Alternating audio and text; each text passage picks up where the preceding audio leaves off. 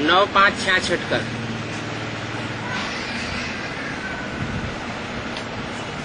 बात चल रही थी, बच्चे बाप की याद में बैठे हैं। यह श्रीमत अर्थात श्रेष्ठ मत मिली हुई है। याद की यात्रा बहुत मीठी है।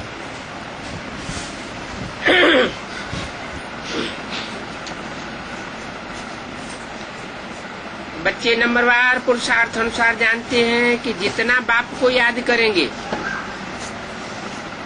उतना बाबा स्वीट लगेगा।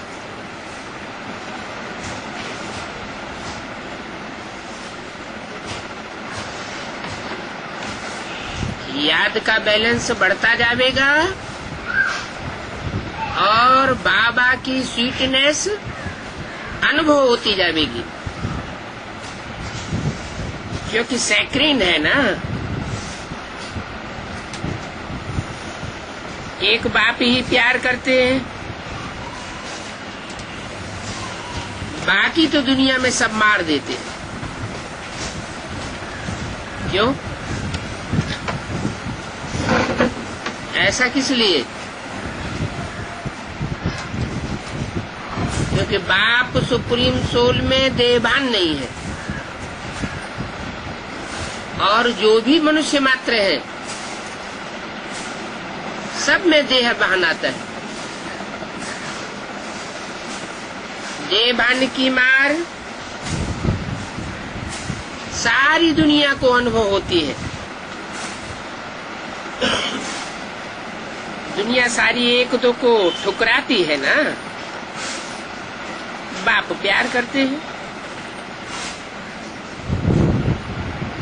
तो उन बाप को तुम बच्चों ने ही जाना है, और कोई जानते भी नहीं है।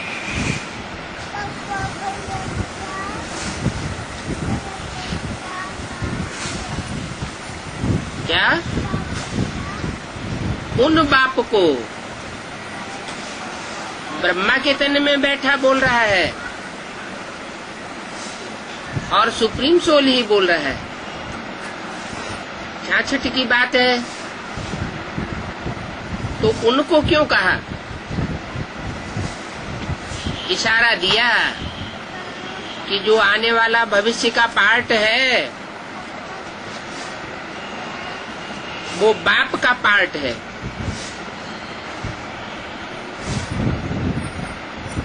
उनको सिर्फ तुम बच्चों ने जाना है।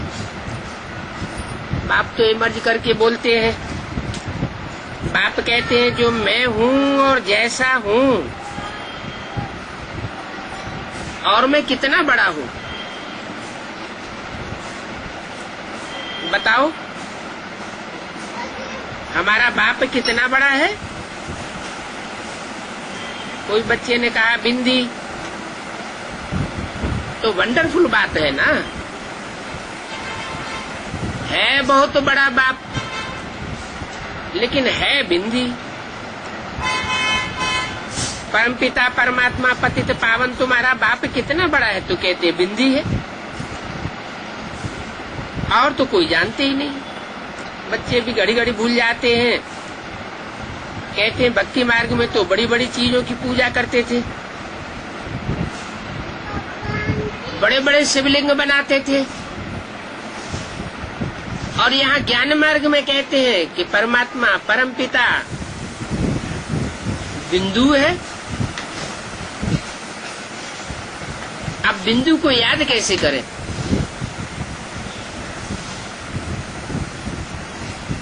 बिंदु तो थोड़ी देर याद आता है फिर खिसक जाता है, टिकता नहीं। अरे बिंदी आत्मा होगी तो बिंदी को ही याद करेगी ना। बच्चे देवान में रहते हैं तो बिंदु बाप की याद नहीं आती। पहले आत्म की स्थिति पक्की करें। आत्म की स्थिति पक्की होगी तो बाप की याद आएगी। आत्मा जानती है हम बिंदी हैं, और हमारा बाप भी ऐसे ही है। आत्मा ही प्रेसिडेंट बनती है, आत्मा ही नौकर बनती है, सारा पार्ट बिंदी ही बजाती है। दुनिया में जो भी पार्टधारी है उनकी आत्मा बिंदी है, लेकिन बाप है सबसे जास्ती स्वीट। उस बाप को सब याद करते हैं, कहते हैं हे पतित पावन दुख हरता सुख करता आओ। अब तुम बच्चों को तो ये निश्चय है, हम जिसको बिंदी कहते हैं वो बहुत सूक्ष्म है, परंतु उनकी महिमा कितनी भारी है। बल महिमा गाते भी है, कहते हैं ज्ञान का सागर है, शांति का सागर है, परंतु समझते नहीं है कि वो कैसे आकर के सुख और शांति देते हैं। जो मीठे मीठे चिल्ड्रन हैं हर एक समझ सकते हैं कि हम कितना श्रीमत पर चलते हैं। बच्चों को श्रीमत मिलती है सर्विस करने की, बहुत बीमार है, रोगी है, बेसमझ है और हेल्दी वेल्दी भी नहीं है। भारतवासी जानते हैं सतयुग में आयु बहुत बड़ी थी, एवरेज 125 वर्ष 150 वर्ष एवरेज आयु थी। हर एक अपनी फुल आयु पूरी करते थे। अभी जो बिल्कुल ही चीची दुनिया हो गई है और बाकी थोड़ा समय बचा है। मनुष्य बड़ी बड़ी धर्मशालाएं आज अभी तक बनाते रहते हैं, जानते नहीं है कि बाकी ये कितना समय चलेगा। मंदिर आदि बनाते हैं, लाखों रुपया खर्च करते हैं। अब इन मंदिरों धर्मशालाओं आदि की आयु कितनी होगी तुम बच्चे जानते हो कि अभी ये मकानात तो टूटे कि टूटे। तुमको बाबा मकान आदि बनाने के लिए कब थोड़े ही कहते हैं।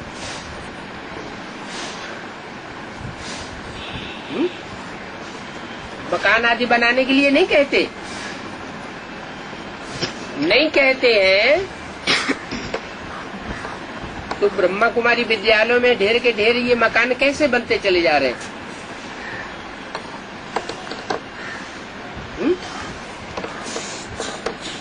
बाबा नहीं कहते कि ये डायरेक्शन किसका आता है।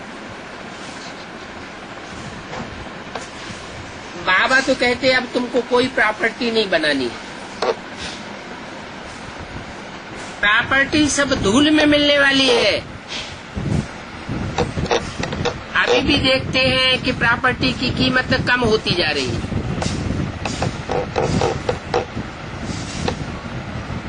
आगे चल करके थोड़ी विनाश की चिंगारी लगेगी और प्रॉपर्टी को कोई पूछेगा नहीं। हाँ, माउंट आबू में तो बच्चों को रहना है। विनाश होगा तो सब बच्चे इकट्ठे हो जाएंगे।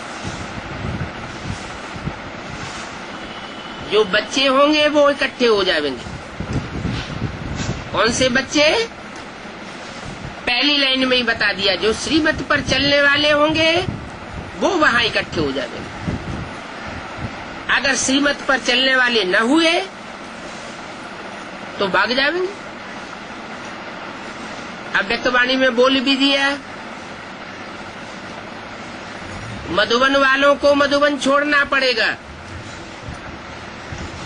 ज्ञान सरोवर वालों को ज्ञान सरोवर छोड़ना पड़ेगा और गीता पाठशाला वालों को गीता पाठशालाएं छोड़नी पड़ेंगी। तो मधुबन छोड़ छोड़ के चले जाएंगे। उनके लिए ये भी बताया कि अटेंडम ये सब होगा, ताला भी नहीं लगाने देंगे।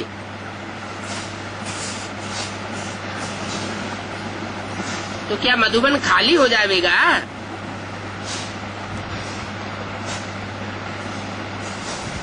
खाली हो जाएगा या बाप के बच्चों से भरपूर हो जाएगा? मधुबन श्रीमत पर चलने वाले बच्चों से भर जाएगा। अभी जो मकानात बनाते रहते हैं, प्रॉपर्टी बनाते रहते हैं, वो बाप के बच्चे नहीं हैं। दुनिया को कहते हैं तो दुनिया का विनाश होने वाला है, और खुद क्या करते हैं? प्रॉपर्टी बनाते रहते, कंक्रीट के मकान बनाते रहते हैं। बाकी माउंट आबू में तो मकानात बनने ही है, क्योंकि बच्चों को इकट्ठा होना है। इसलिए मुरली में बताया कि आगे चल के ये माउंट आबू सारा का सारा खरीद करना पड़ेगा।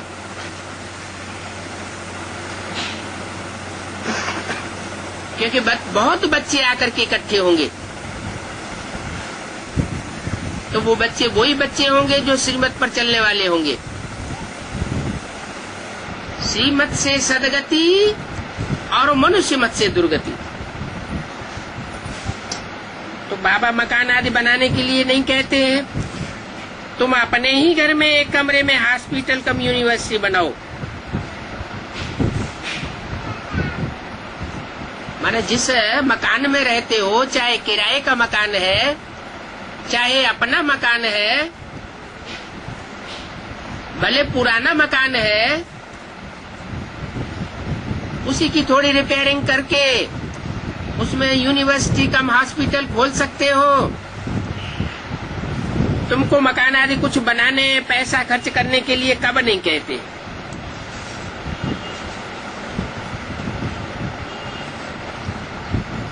अपने घर में ही एक कमरा बना दो। ऐसे भी नहीं कि जहाँ घर में रहते हो उससे कहीं दूर दूसरा कोई कमरा बनाना है गीता पाठशाला के लिए। नहीं, हमारा तो लक्ष्य ही है नर से नारायण बनना और नारी से लक्ष्मी बनना। तो जो भी जिज्ञासु आते हैं गीता पाठशाला में, उनको भी हम यही लक्ष्य देते हैं कि नर से नारायण बनना है, नारी से लक्ष्मी बनना है। तो पहले अपने घर का वातावरण लक्ष्मी नारायण जैसे मंदिर में जाते हैं, कितनी शांति मिलती है। तो मंदिर का वातावरण बनाना है। नर से नारायण बनने का पुरुषार्थ करना है। वाइब्रेशन मंदिर का बनाना है, और दूसरों को भी यही लक्ष्य देना है कि हम नर से नारायण बने। अलग से कमरे की कोई दरकार नहीं है, बिगर कोई खर्चा हेल्थ वेल्थ हैप्पीनेस किस जन के लिए लेना है। ये बाप की नॉलेज है, इसमें कौड़ी पाई का भी खर्चा नहीं है। गीता पाठशाला चलाने में कोई खर्चा है क्या?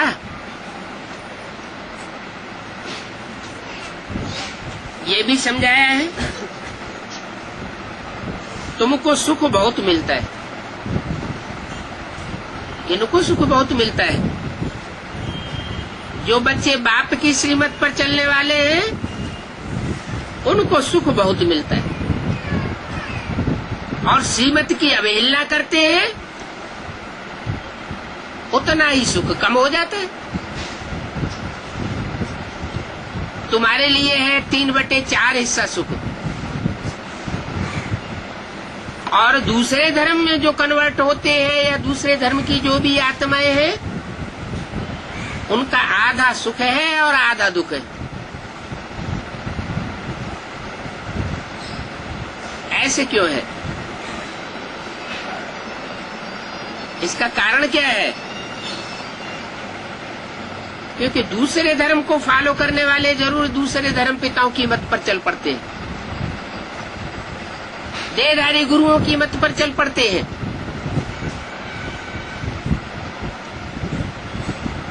उनकी मत है नीचे ले जाने वाली, गड्ढे में गिराने वाली, दुख सहन कराने वाली। और बाप की मत है जन्म जन्मांतर का सुख कराने वाली। सुख माना सदगति और दुख माना दुर्गति।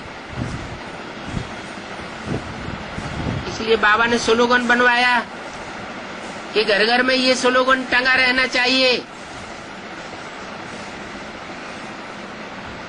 श्रीमत से सदगति और मनुष्य मत से दुर्गति। अनेक मनुष्य गुरुओं से दुर्गति, एक सदगुरु निराकार से सदगति। तो मनुष्यों की बुद्धि में बैठे कि वो एक कौन है जिसकी मत से सारी दुनिया की सदगति होती है। तुम जब तमो प्रधान बनते हो तब तुमको जास्ती दुख होता है। न आदि में और न सृष्टि के मध्य में तुमको जास्ती दुख महसूस होता है। तो वो भी ठीक है, जब तक जास्ती दुख नहीं होगा तो जास्ती सुख भी नहीं होगा। तो नीचे तो सबको गिरना है, लेकिन कोई आत्मा ऐसी होती है जो बहुत जल्दी नीचे गिरने लग पड़ती है, और कोई ऐसी होती है कि लास्ट जन्म में आकर के नीचे गिरती है। जैसे बोला है कोई बच्चे 82-83 जन्म भी सुख में रहते हैं, इसका मतलब अंतिम जन्म में आकर के दुख भोगते हैं। तो ये अंतर कैसे हुआ कि कोई आत्मा द्वापर के आदि से ही नीचे गिरने लग पड़ती है और कोई आत्मा कलयुग के अंत तक भी अपने को नियंत्रित करके रखती है। इन बातों का फाउंडेशन कहाँ पड़ता है? वो फाउंडेशन का पीरियड कौन सा है, वो शूटिंग पीरियड कौन सा है? यही संगम युग। संगम युग में बाप का बच्चा बनने के बाद जो बच्चे अपने को कंट्रोल करते हैं श्रीमत पर चलने के लिए, वो बच्चे अपनी शक्ति को इकट्ठा करते रहते हैं, प्योरिटी की पावर से इकट्ठा करते हैं और बाप की याद से भी शक्ति क्षीण नहीं होने देते, क्योंकि बाप की याद शक्ति को बढ़ाती है, पवित्रता को बढ़ाती है।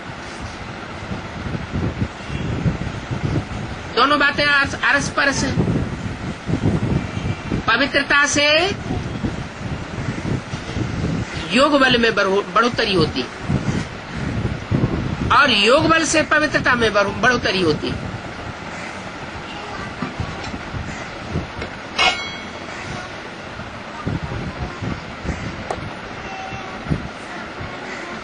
तो बताया तुम जब तमो प्रधान बनते हो तो जास्ती दुख मिलता है। जितना जितना तमो प्रधान बनते जावेंगे उतना दुनिया में दुख बढ़ता जाएगा। माना क्या कलयुग में सब दुखी होते हैं? आज की दुनिया में क्या सभी मनुष्य आत्माएं दुखी है? कुछ ऐसी भी तो मनुष्य आत्माएं देखी जाती है जो बहुत सुखी है, तन से भी स्वस्थ है, मन से भी स्वस्थ है, धन से भी भरपूर हैं, समय भी उनके पास बहुत होता है मौज मस्ती उड़ाने के लिए। संबंधियों से भी सुखी है, संपर्की और जो संसर्गी लोग हैं उनसे भी बहुत सुखी है।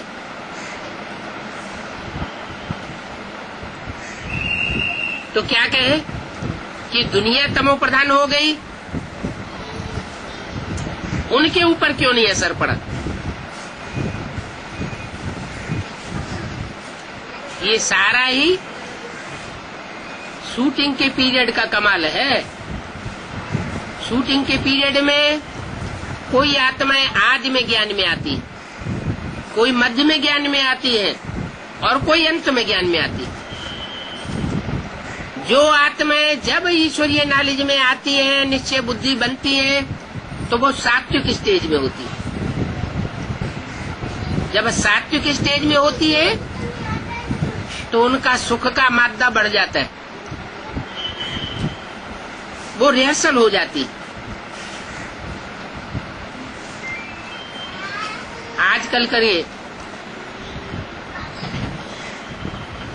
दुनिया में जास्ती लोग दुखी हैं और थोड़े लोग सुखी हैं। तो कलयुग अंत में जो थोड़े लोग सुखी देखे जाते हैं, उन्होंने ये प्रारब्ध जरूर संगम युग में पाई है। ऐसे नहीं है कि उन्होंने सतयुग के आदि का सुख भोगा है, नहीं। वो आत्माएं अंत में जाकर के समझती है, और जब निश्चय बुद्धि बनती है तो तन से, मन से, धन से ईश्वरीय कार्य में सहयोगी बन जाती है। और जब सहयोगी बन जाती है तो जे जितना सहयोगी वह उतना योगी। जास्ती योगी होगा तो जास्ती सुख का अनुभव करेगा। तो सारा शूटिंग के पीरियड में अपनी स्थिति के ऊपर मदार है। जो आत्मा जितना जास्ती ज्ञान की गहराई को समझती जाती है, वो हर समय हर टाइम पर अपने पुरुषार्थ के ऊपर विशेष ध्यान देती है और एक की श्रीमत पर चलने का पुरुषार्थ करती है। एक में बुद्धि उनकी टिकी रहती है। जितना जितना बुद्धि अनेकों में फंसती जाती है, प्रभावित होती जाती है, तो अनेक मत अर्थात रावण की मत, उससे दुर्गति होती है। रावण को इसीलिए 10 सिर दिखाए जाते हैं और राम को 1 सिर दिखाया जाता है। 1 सिर का मतलब ये है एक मत। एक मत से सदगति और अनेक मत से दुर्गति। तो अनेक गुरुओं के चक्कर में न फंस के एक ही बार में पक्का निश्चय कर लिया जाए कि ये हमारा परम पिता परमात्मा है। हमको अंत तक एक का सहयोगी बनना है। तो जन्म जन्मांतर हम एक बाप से प्राप्ति की हुई गति और सदगति का वर्षा लेते रहेंगे। लेकिन कुछ धर्म ऐसे हैं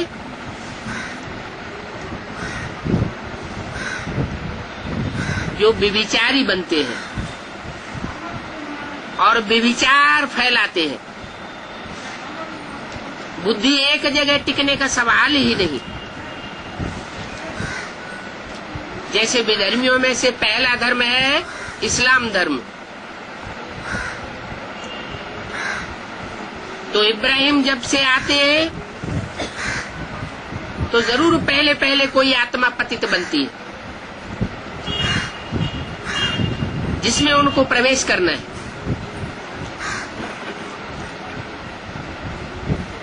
तो जो आत्मा पतित बनती है वो कौन से युग से आती होगी? इब्राहिम तो द्वापर के आदि से ही आया ऊपर से, लेकिन उसका जो आधार मूर्त होता है वो तो सतयुग त्रेता में जन्म लेता हुआ आता है ना।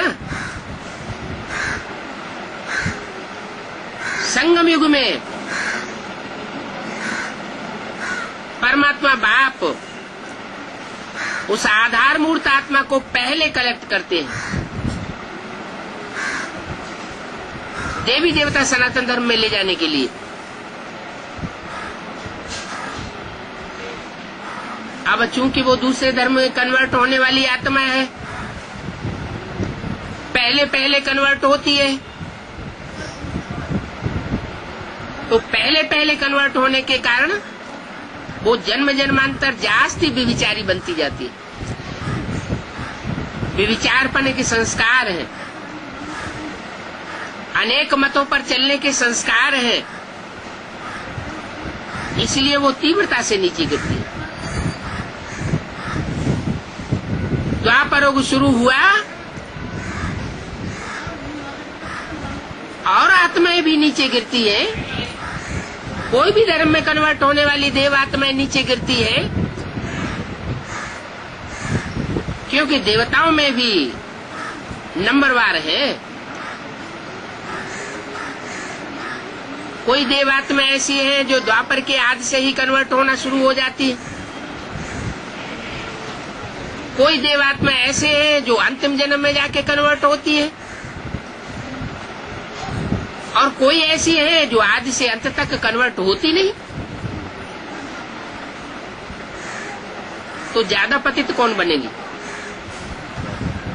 जो आदि से ही कन्वर्ट होना शुरू हो जाते हैं वो जास्ती नीचे गिरते हैं।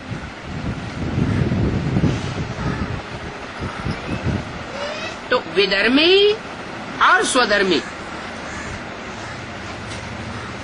उसमें भी तीसरा ग्रुप, या जिसे कहें पहला ग्रुप, जो आदि से अंत तक कभी कन्वर्ट नहीं होता, अपने धर्म के पक्के रहते हैं, वो सबसे जास्ती फायदे में रहते हैं। तो बाप भी बताते हैं, बच्चे श्रीमत से तुम जन्म जन्मांतर के लिए सुखी रहते हो, मीठे बने रहते हो, कड़ुए नहीं बनते हो। कड़ुआ माना दुखदाई और मीठा माना सुखदाई। जो सुखदाई होता है उसे देवता कहा जाता है, जो दुखदाई होता है उसे राक्षस कहा जाता है। मनुष्य ऊंचा उठता है तो देवत्व कहा जाता है, और मनुष्य जब नीचे गिरता है तो राक्षस कहा जाता है। तो मानवीय जीवन की ये 3 कैटेगरीज है। भगवान आकर के देवता बनाता है, और मनुष्य गुरु आकर के राक्षस बना देते हैं। मनुष्य ही या तो देवता बनता है, मनुष्य ही नीचे गिर करके राक्षस बनता है। अभी बाप कहते हैं, कोई कितना भी पतित हो गया, कितना भी नीचे गिर गया, परंतु मेरे को पहचान करके अगर मेरी मत पर चलता है तो मैं गारंटी देता हूं कि वो मनुष्य से देवत्व पद जरूर प्राप्त करेगा। असुरों को आकर के मैं देवता बना सकता हूं।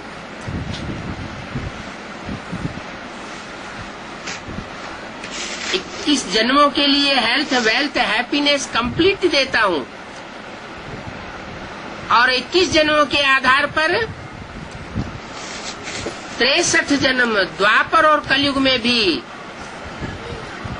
प्राप्ति के संस्कार आत्मा में नुदे हुए होते हैं। सतयुग त्रेता में कोई पुरुषार्थ करने की दरकार नहीं होती, वहां तो प्रारब्ध का युग है। लेकिन द्वापर कलयुग में आत्मा में जो संस्कार होते हैं पुरुषार्थ करने के, वो संस्कार देखे जा सकते हैं। कोई कोई ऐसे भी पुरुषार्थी देखे गए हैं हिस्ट्री में कि एक ही जन्म में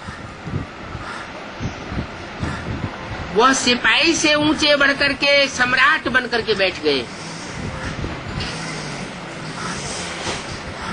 तो ये नीचे स्तर से बढ़कर के ऊंचे से ऊंचे स्तर तक पहुंचने का संस्कार आत्मा ने कहाँ धारण किया? संगम युग में आत्मा धारण करती। सारे ही संस्कार संगम युग में पड़ते हैं। कोई तो ऐसे हैं सन 36-37 से पुरुषार्थ कर रहे हैं और अब तक भी पुरुषार्थी हैं। उनसे पूछा जाता है कि सहज राजयोग की अनुभूति कितनी होती है?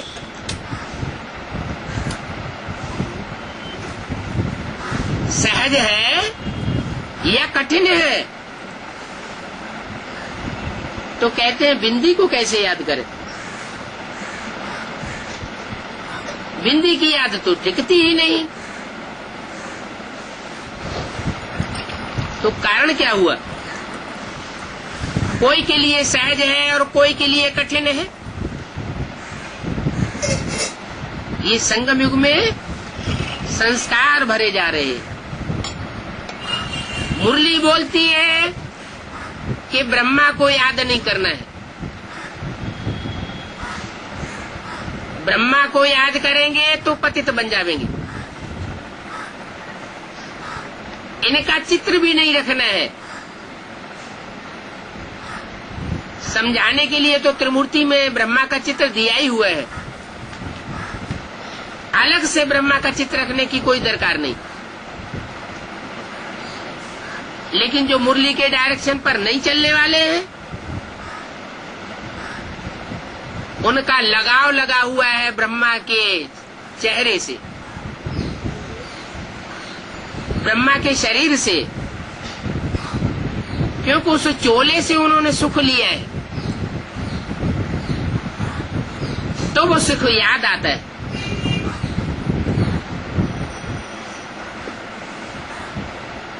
वो जो सुख याद आता है वो बिंदु रूपी स्टेज बनने नहीं देता।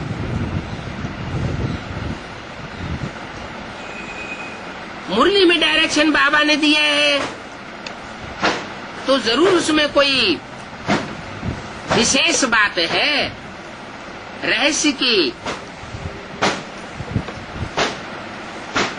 कि ब्रह्मा को याद करने से घाटा क्यों आता है। उसका तो नाम ही है ब्रह्म माँ, बड़ी माँ।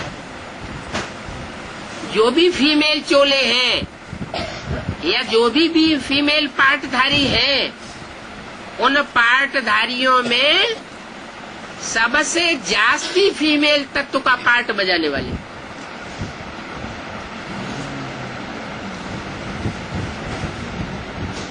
वैसे भी देखा जाए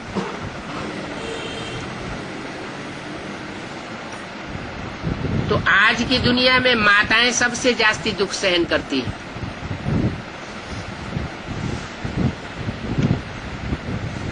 और पुरुष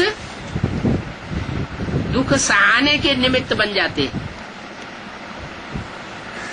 इसलिए मुरली में सब पुरुषों को दुर्योधन दुशासन बोल दिया। फिर ये भी बताया कि एक जन्म स्त्री और एक जन्म पुरुष बनती है आत्मा। तो कोई ये पक्का नहीं है कि जो आत्मा अभी पुरुष है, दुर्योधन दुशासन है, वो हर जन्म में दुर्योधन दुशासन रहेगी। स्त्री चोला धारण करती है तो सहन करना पड़ता है, क्योंकि तन से, मन से, धन से, समय और संपर्क संबंधियों से कमजोरी का अनुभव करती है। पुरुष प्रबल होता है, स्त्री अबला और निर्बल होती है। ये चोले का प्रभाव होता है।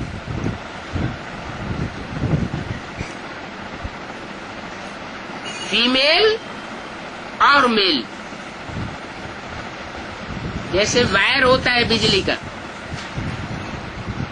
एक वायर धनात्मक और दूसरा वायर ऋणात्मक।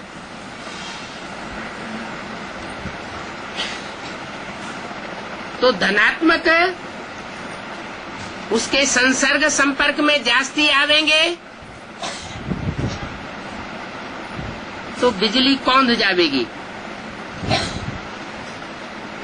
और ऋणात्मक के संसर्ग संपर्क में आवेंगे तो शक्ति क्षीण होगी। ऐसे ही ब्रह्मा का पार्ट, बड़ी मां का पार्ट, वास्तव में ये ब्रह्मा तुम्हारी जगदम्बा है, लेकिन माता को याद करने के लिए मुरली में कभी नहीं बोला। पुरुष का पूरक है प्रकृति। प्रकृति माता है, क्योंकि पिता की पूरक है, परंतु याद करने के लिए नहीं बोला, क्योंकि प्रकृति है जड़त्वमयी। जैसे को याद करेंगे वैसी ही आत्मा बनेगी। जड़त्व को याद करेंगे तो हमारी आत्मा भी जड़त्वमयी बन जाएगी। पुरुष है चैतन्य, प्रकृति है जड़।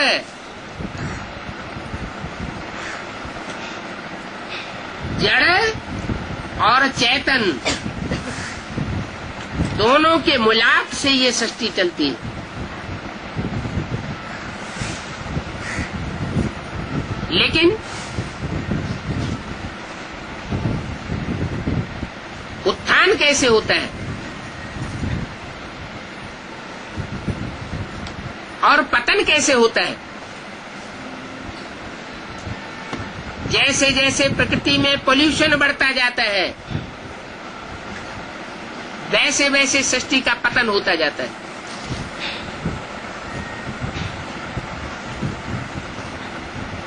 पुरुष और परम पुरुष, हम सब आत्माएं पुरुष रूप है। परम पुरुष एक है। वो परम पुरुष, परमात्मा, परम पिता, परम पाठधारी आत्मा में प्रवेश करके पाठ बजाता है। वो धनात्मक शक्ति है। उसको जितना ही बुद्धि से जास्ती याद करेंगे, हमारे में पावर बढ़ती जाएगी।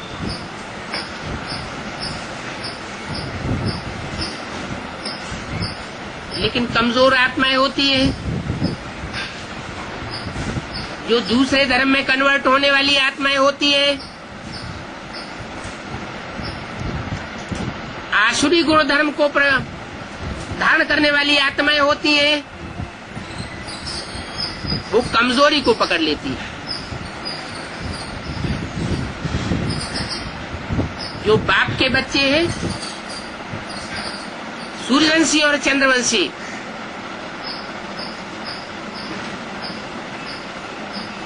वो भी दो प्रकार के। सूर्यवंशी अटल है और चंद्रवंशी थोड़े लूज है। ज्ञान चंद्रमा ब्रह्मा अर्थात माता, ज्ञान सूर्य अर्थात पिता।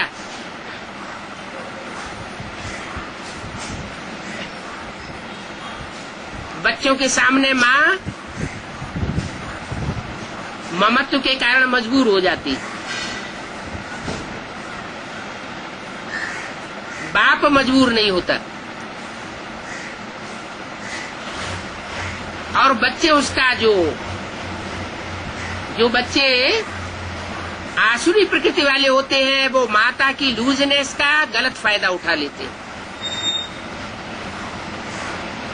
खासकर तब जब बाप मौजूद नहीं होता।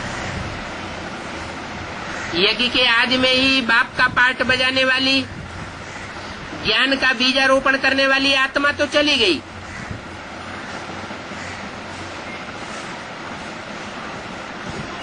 माँ के रूप में पार्ट बजाने वाले ब्रह्मा के रूप में सारा कारोबार का भार आ गया।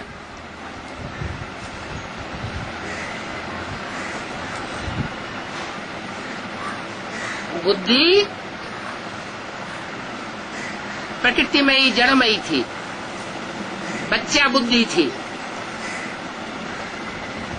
क्योंकि पहली रचना है, पहली रचना के टाइटलधारी है।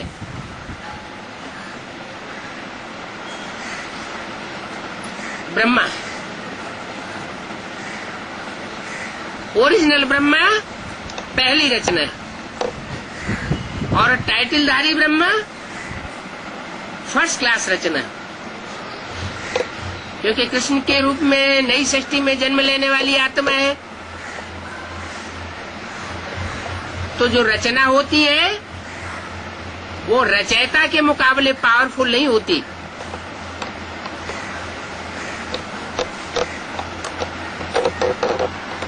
थोड़ी कमजोर होती है। जब तक बाप समान पुरुषार्थ न बन जाए तब तक।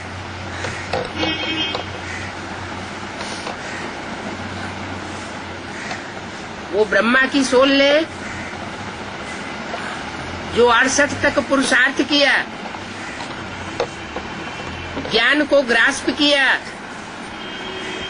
वो बच्चा बुद्धि का पुरुषार्थ किया, क्योंकि ज्ञान की गहराई को माँ का पार्ट अथवा बच्चे का पार्ट उतना नहीं पकड़ता जितना बाप पकड़ता है। बाप होता है बाहर की दुनिया में घूमने वाला, और माँ होती है चार दीवारी के अंदर रहने वाली। बुद्धि का उतना विकास नहीं होता,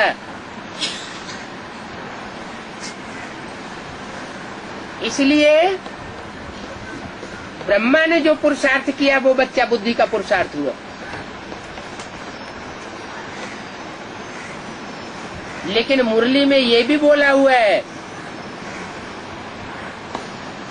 कि मेरा सबसे सिकीलदा बच्चा, बढ़िया बच्चा है ब्रह्म।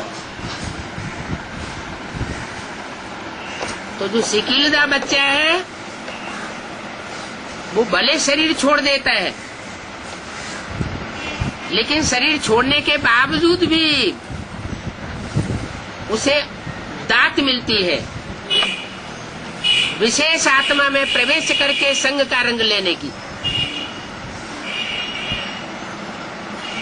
वो विशेष पाठधारी आत्मा जगत पिता है, राम वाली आत्मा।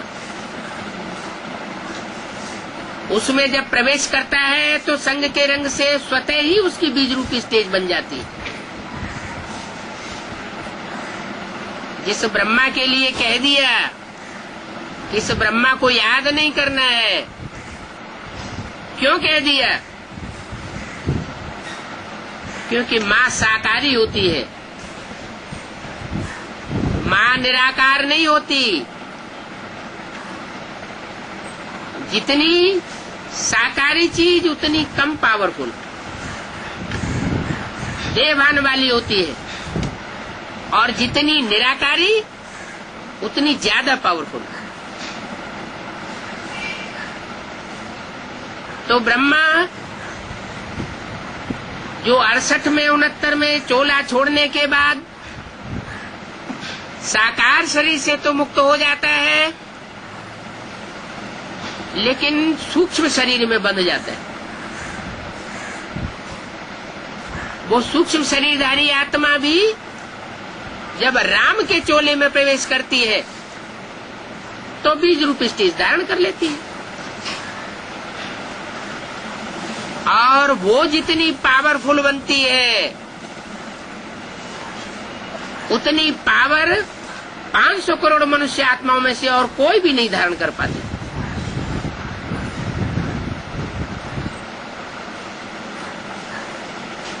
इसलिए वो ही धर्मराज का पार्ट बजाने वाली बनती है। धर्मराज है धर्म का राजा, धारणाओं का राजा। ऐसे ब्रह्मा के रूप में भी उन्होंने धारणा का पार्ट बजाया। लेकिन सहन शक्ति जो सब शक्तियों का, सब गुणों का राजा है, उसकी पराकाष्ठा का पार्ट बजाया।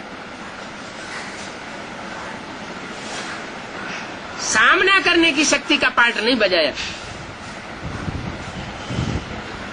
जो बाप का विशेष गुण धर्म है। उसकी पूर्ति ब्रह्मा की सोल जब राम वाले चोले में प्रवेश करती है तो संग के रंग से वो पूर्ति हो जाती है। और बाप उसी मां को आगे करता है असुरों का संहार करने के लिए।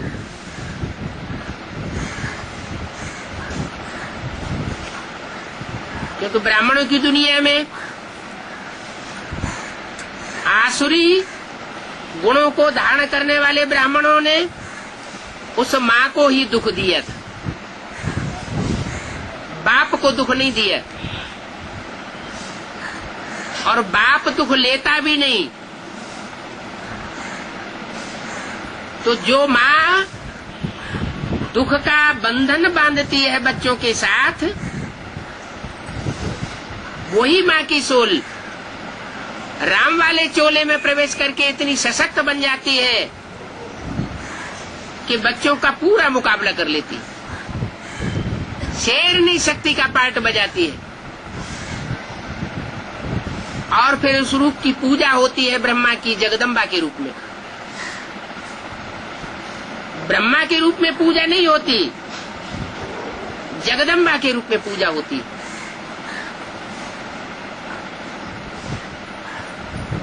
असुरों और आसुरी शक्तियों का दमन ही नहीं करती, दुर्गुणों को दूर करने वाली दुर्गा ही नहीं बनती, स्वर्ग के गेट खोलने के निमित्त भी बनती है। और जो भी मात्र शक्तियां हैं ब्राह्मण परिवार की, उन सबका सहयोग लेकर के ये कार्य संपन्न करती है।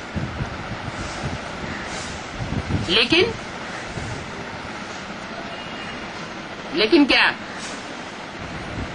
लेकिन ये कार्य भी तब तक संपन्न नहीं कर सकती जब तक एक की मत पर चलने वाली न बने।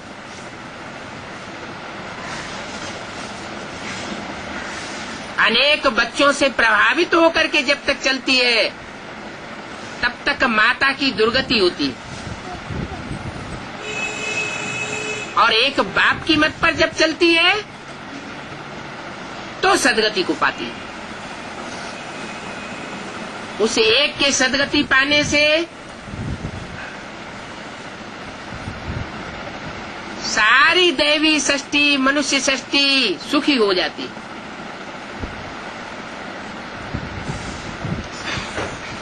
इसलिए बोला, एक के पावन बनने से सब पावन बन जाते हैं, एक के पतित होने से सब पतित हो जाते हैं। तो वो एक कौन?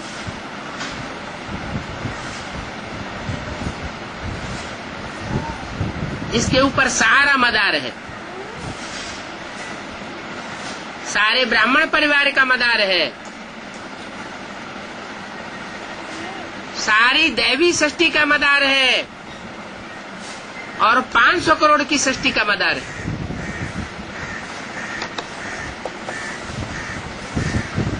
वो है एकमात्र शक्ति। माता, ओ माता, तू है जग की भाग्य विधाता। दाढ़ी मूछ वाला ब्रह्मा नहीं भाग्य विधाता है, वो मात्र शक्ति भाग्य विधाता बनती। उसमें भी भाग्य को विधान करने वाली ब्रह्मा की सोल है। जो ब्रह्मा की सोल बीज रूप स्टेज धारण करने के बाद बहुत पावरफुल बन जाती है। जो आज तक कोई कार्य मनुष्य गुरु नहीं कर सके, वह कार्य परम पिता परमात्मा मात्र शक्ति के द्वारा कराते।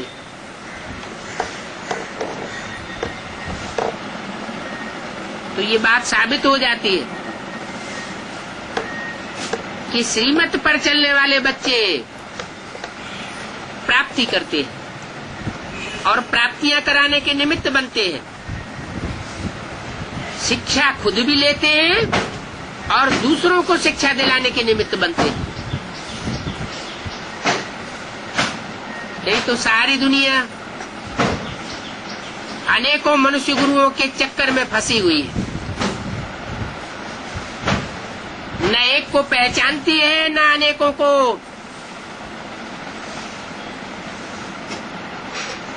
अनेकों को छोड़ने का मौका मिलता है। अनेकों में फंसते जाती है बुद्धि, तो बुद्धि चकनाचूर होती जाती है।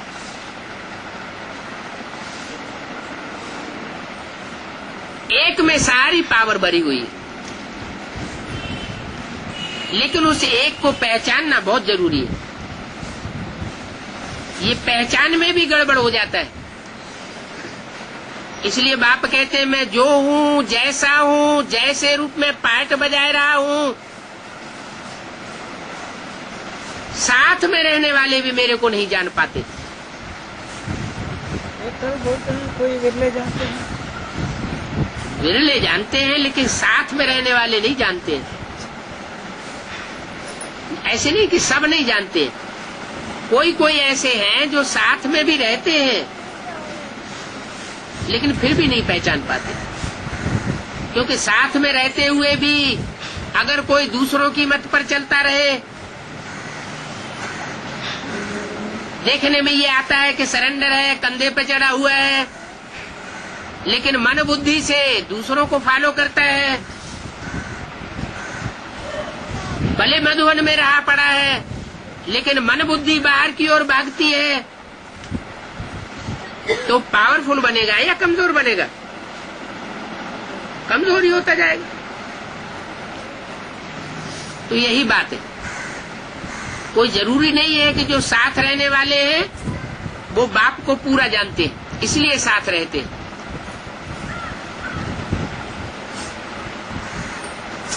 इसलिए बोला बाहर वाले ले जावेंगे और अंदर वाले रह जावेंगे। इसका ये भी मतलब नहीं है कि सारे ही बाहर वाले ले जावेंगे,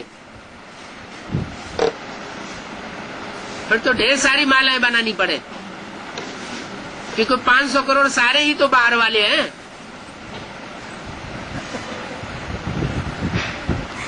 और ये भी मतलब नहीं है कि अंदर वाले सारे ही रह जावेंगे। अंदर वालों में भी कोई पहचानने वाले हैं। अगर अंदर वालों में पहचानने वाले न हो तो धर्मराज की सजाएं जो बिल्कुल नहीं खाते, धर्मराज की पिटाई से बिल्कुल महफूज रहते हैं, वो कैसे निकलेंगे?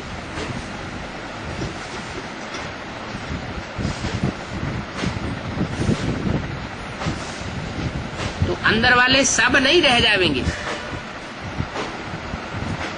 हाँ, कोई कोई हैं, होंगे जो अंदर में हैं, सरेंडर हुए पड़े हैं, फिर भी प्राप्ति करने से वंचित रह जावे।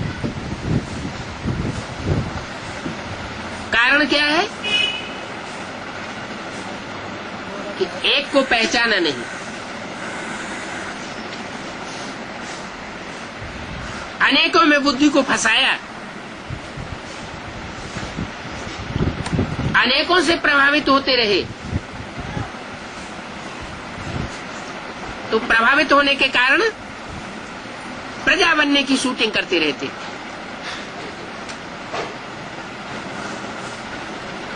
जो दूसरों से प्रभावित होता है वो प्रजा बनता है। जो दूसरों के संग में रहे, नजदीक में रहे लेकिन प्रभावित न हो, वो राजा बनता है। पावरफुल आत्माएं कभी भी दूसरों से प्रभावित नहीं होंगी। कोई ने थोड़ी सी ग्लानि कर दी,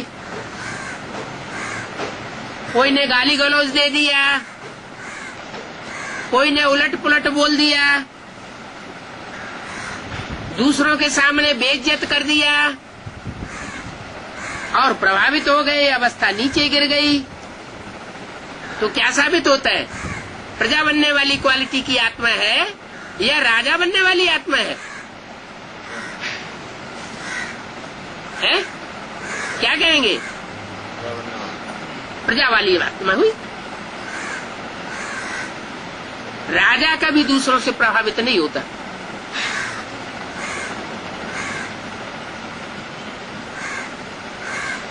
तो अपने पुरुषार्थी जीवन में ये विशेष ध्यान रखने की बात है। कहीं हम दूसरे की ग्लानि से प्रभावित तो नहीं हो जाते।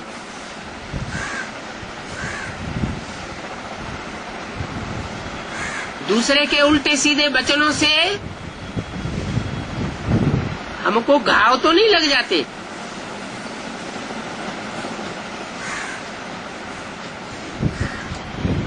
मान अपमान में समान रहना,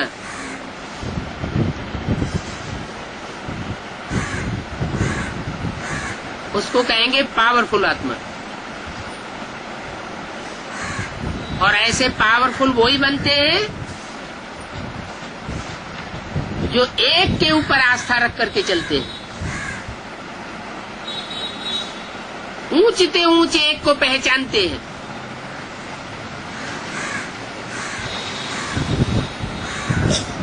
वो ऊंचते ऊंच भी बड़ा रमतू रमजबाज है।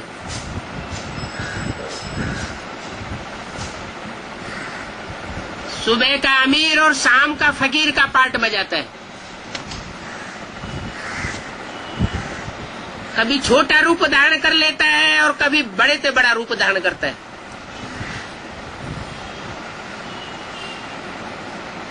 कभी श्याम ते श्याम पार्ट बजाता है, कभी गोरे ते गोरा पार्ट बजाता है।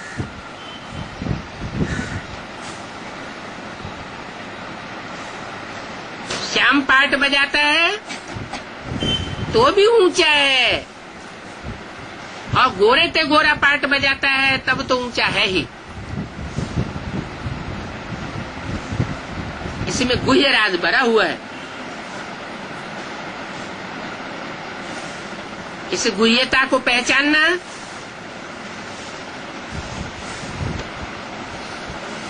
यही ज्ञान का रहस्य। ओम शांति।